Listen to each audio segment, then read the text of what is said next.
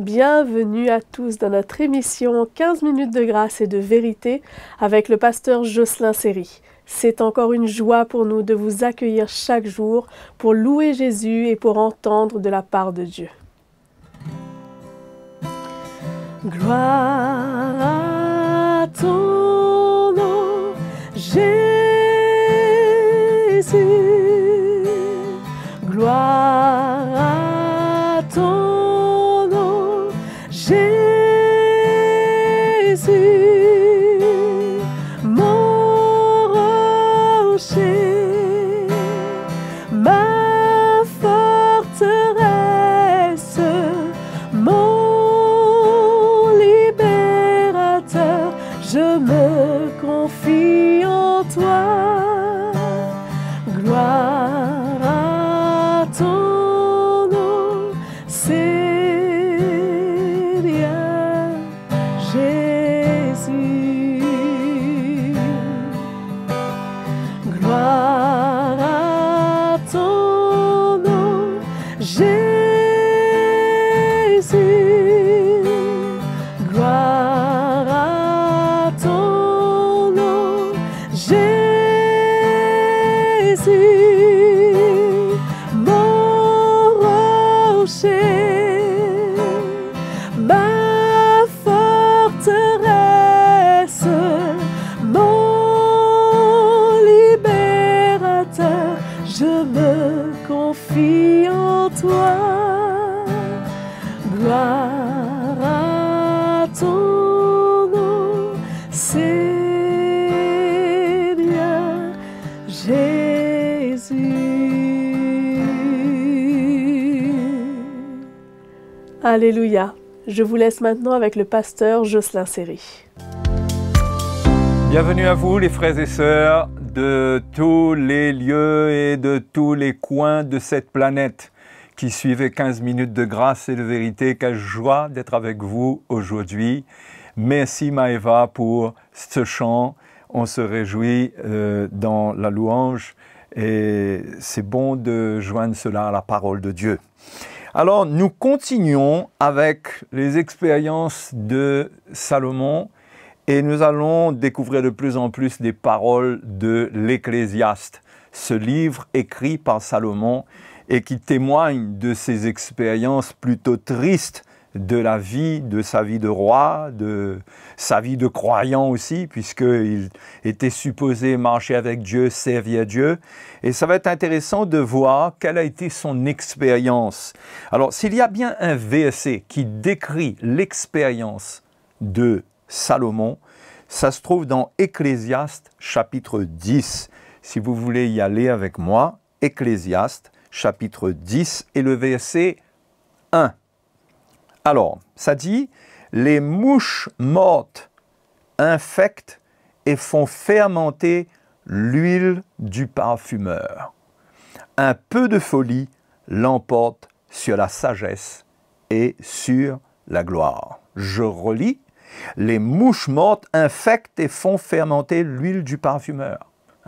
Comment Salomon a été oint d'une huile sainte parfumée de la part de Dieu, mais il n'a pas pris garde aux mouches mortes qui sont tombées dans cette huile et qui ont infecté cette huile, l'huile du parfumeur. Et c'est là que un peu de folie, il nous dit, l'emporte sur la sagesse et sur la gloire. Donc on comprend que les mouches mortes, c'est le peu de folie qui entre dans l'huile et qui va l'emporter sur la sagesse et sur la gloire. Ça me rappelle un verset de Paul aux Corinthiens, et Paul dit la même chose aux Galates concernant la loi. Il dit dans 1 Corinthiens chapitre 5, verset 6, il dit « Ne savez-vous pas qu'un peu de levain fait lever toute la pâte ?»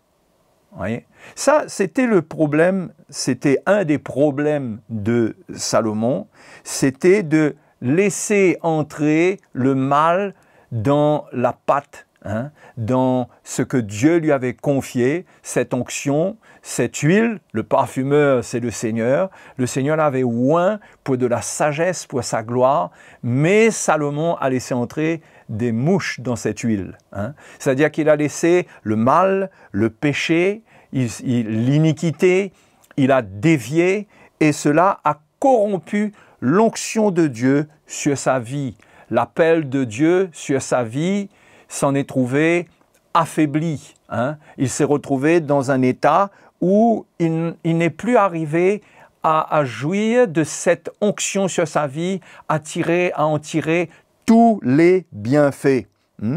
Et c'est là un mal qui, pour parler comme Salomon dans l'Ecclésiaste, c'est là un mal qui anime souvent le chrétien. C'est qu'on est loin du Seigneur et on ne réalise pas que, étant loin de Dieu, nous sommes mis à part. Au fait, l'onction de Dieu sur notre vie, ça nous met à part. Hein? Ça nous sanctifie. Une des définitions de la sanctification, c'est séparer, c'est mis à part.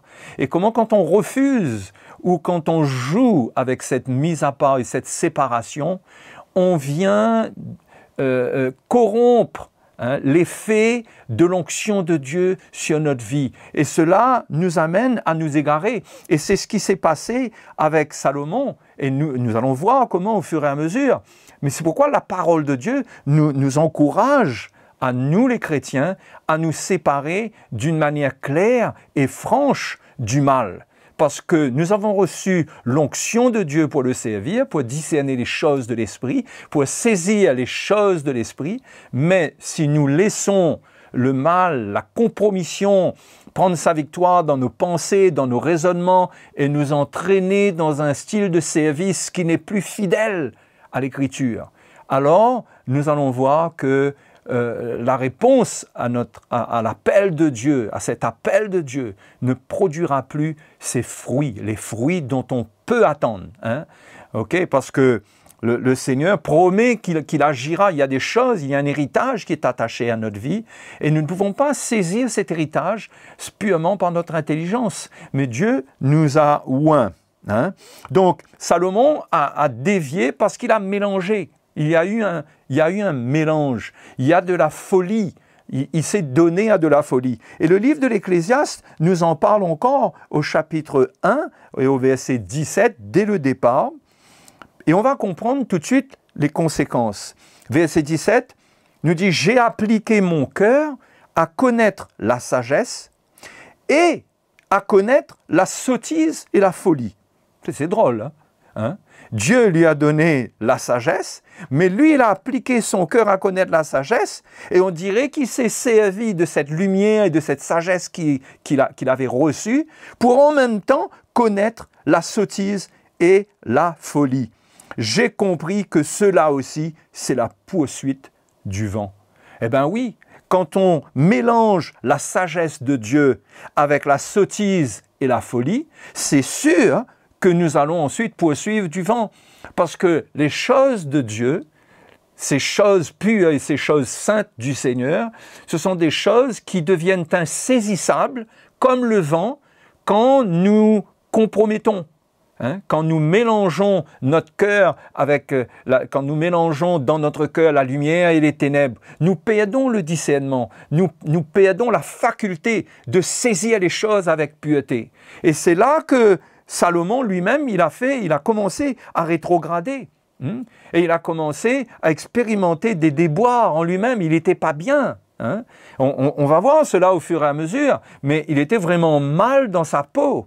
Et c'est comme ça que les chrétiens, ils sont frustrés de voir que la parole de Dieu fait des promesses, la parole de Dieu déclare des choses, et Dieu dit qu'il est avec nous et qu'il va faire, mais qu'en même temps, souvent, ils n'ont pas le succès dans leur prière, dans leur jeûne. Et pourquoi? Parce qu'il y a dans leur vie un mélange de ténèbres et de lumière. C'est pourquoi l'apôtre Paul a dit aux Corinthiens, il dit, 2 Corinthiens chapitre 6, versets 14 à 18, « Ne vous mettez pas avec les infidèles sous un joug étranger, car quel rapport y a-t-il entre la justice et l'iniquité ?» On ne peut pas mélanger la justice et l'iniquité. Il dit encore, qu'y a-t-il de commun entre la lumière et les ténèbres? Quel accord y a-t-il entre Christ et Bélial?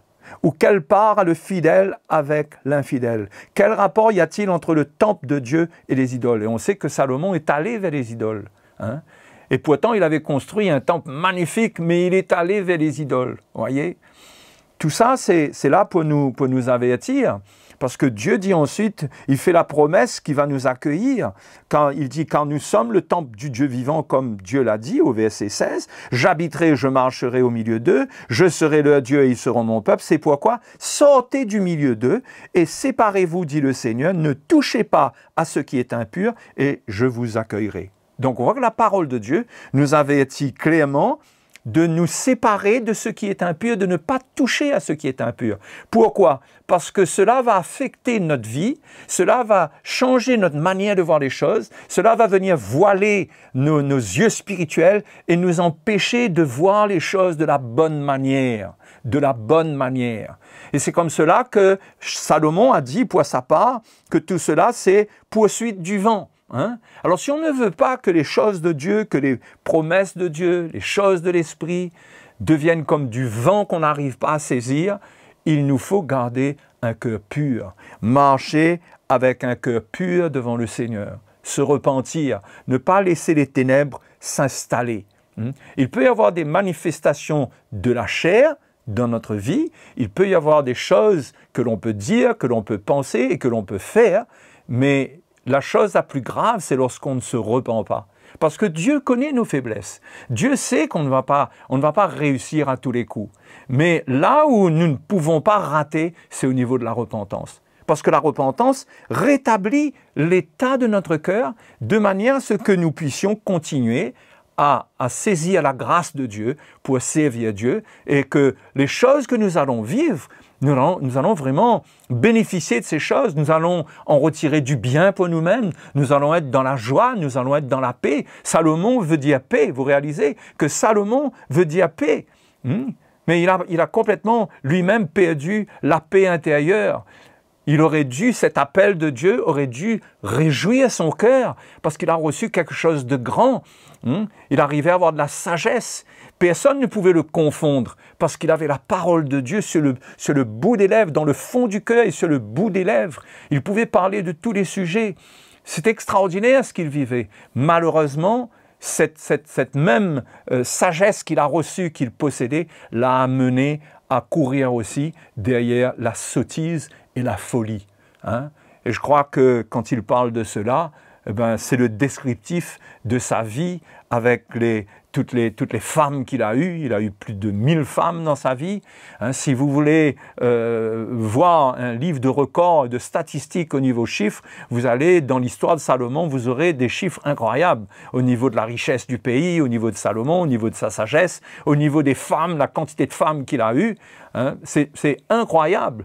Mais cet homme avait été extrêmement gâté par le Seigneur, mais cela nous montre que l'on peut être gâté, que l'on peut avoir beaucoup reçu, mais si l'on n'est pas vigilant et qu'on se laisse aller à expérimenter la sottise et la folie, cela va se retourner contre nous, quelles que soient les choses qu'on a reçues.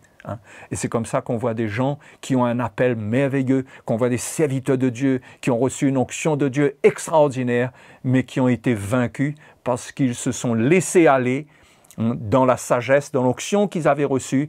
Il y a un charisme qui s'est produit, il y a quelque chose qui s'est produit au travers de leur vie et ils ont été tentés à ce niveau et ils sont tombés. Donc pour nous, pour notre part, prenons garde parce que nous avons reçu des choses extraordinaires du Seigneur, chacun de nous.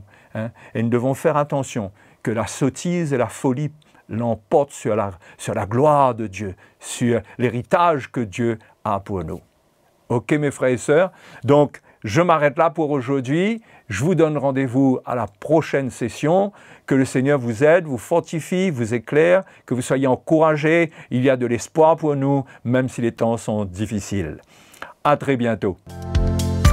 Merci à tous pour votre fidélité. Je suis sûre que vous avez été bénis.